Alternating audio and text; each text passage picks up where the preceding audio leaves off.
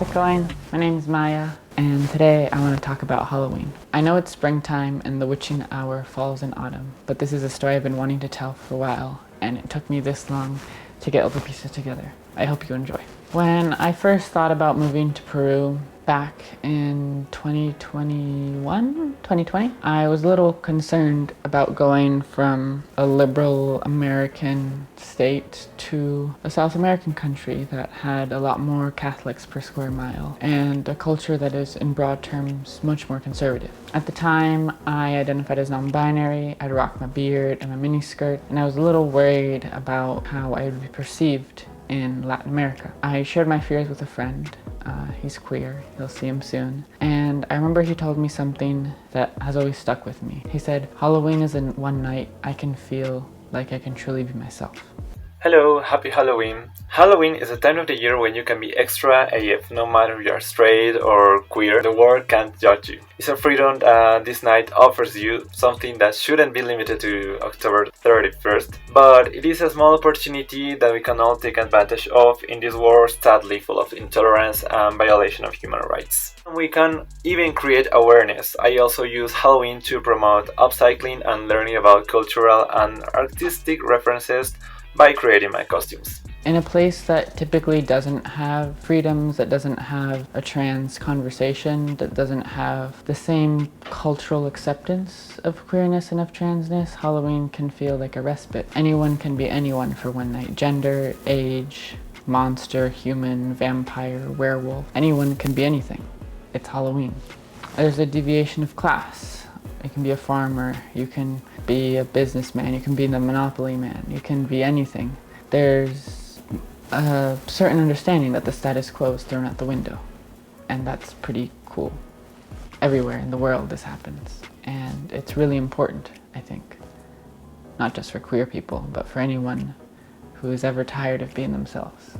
The otherwise conformist society lets anyone be anyone, oftentimes anonymously, and I think that's really important. That year was the first year I felt like Halloween was a good thing for me.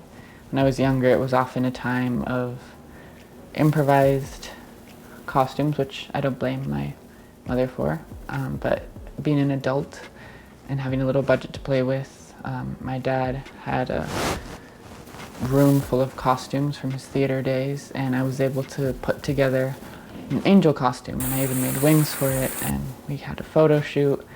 And I really loved being an angel because in the Cusco School of Art, they are a non-binary deity where gender isn't really expressed. And at the time, being non-binary, that felt like a really fitting costume. And I had so much fun doing it and taking pictures of my friends' costumes, and it turned into a joyful celebration. And yeah, I could go out wearing a tunic and look like an angel and feel like my non-binary gender was affirmed. My friend Juan dressed up as a clown, and honestly the photos I took of him scared me a little bit. I'll share a few of them now.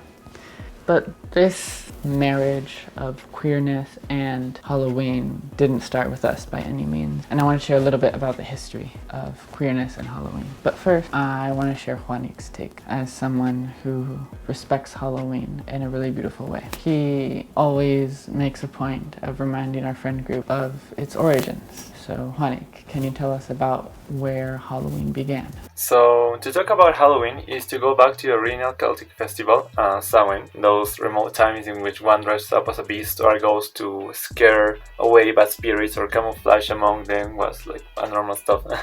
Classical magical superstition of the time, also linked to agricultural life. Centuries later, in the 1960s, there were many states that had anti-cross-dressing laws. There was the so-called 3-article rules, that if you had 3 articles not of your gender, then you were in violation of the law and you could be fined and jailed. Obviously, these were absurd. Many centuries later, in the early 1900s, Halloween was the one exception.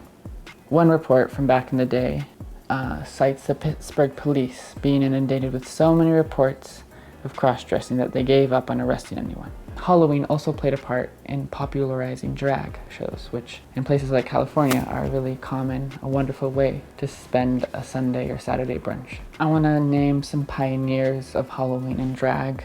We have Alfred Finney, a gay black man in Chicago who threw glamorous Halloween balls as early as 1935, and William Dorsey Swan, an early drag queen. These cross-dressing laws didn't really go away until the 1980s, and eventually Halloween transformed into what was known as Bitches Christmas and later Gay Christmas.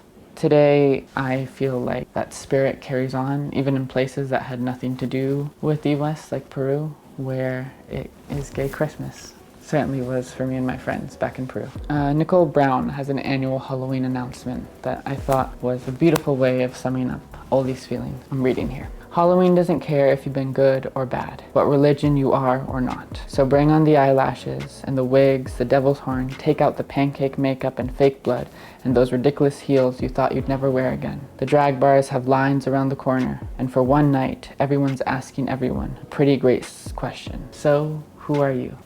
Unfortunately, our modern climate of anti-trans legislation leads to drag bans and this idea that drag is somehow wrong. It's sad to see a regression to the early 1900s. I think we need another revolution to get our rights back, unfortunately. Anyway, the modern Gay Christmas is having wonderful, extravagant Halloween gay parties, but I wanted to get Juanic's take on what Halloween means to him in the modern era. Quoting Katie from Mean Girls. In girl world, Halloween is the one night a year when a girl can dress like a total slut. And no other girls can say anything about it. My parents judge me if I wear something very feminine or I put on makeup to go out or to go to a party. But on Halloween, if they see me doing makeup for 2 hours and putting on a combination or super extravagant clothes, they just let it go. Like a social accepted rule for them is only for one night. Allow me to alter Katie's famous phrase to, in today's world, Halloween is the one night of the year when anyone can dress like anything they want and no one can say anything about it.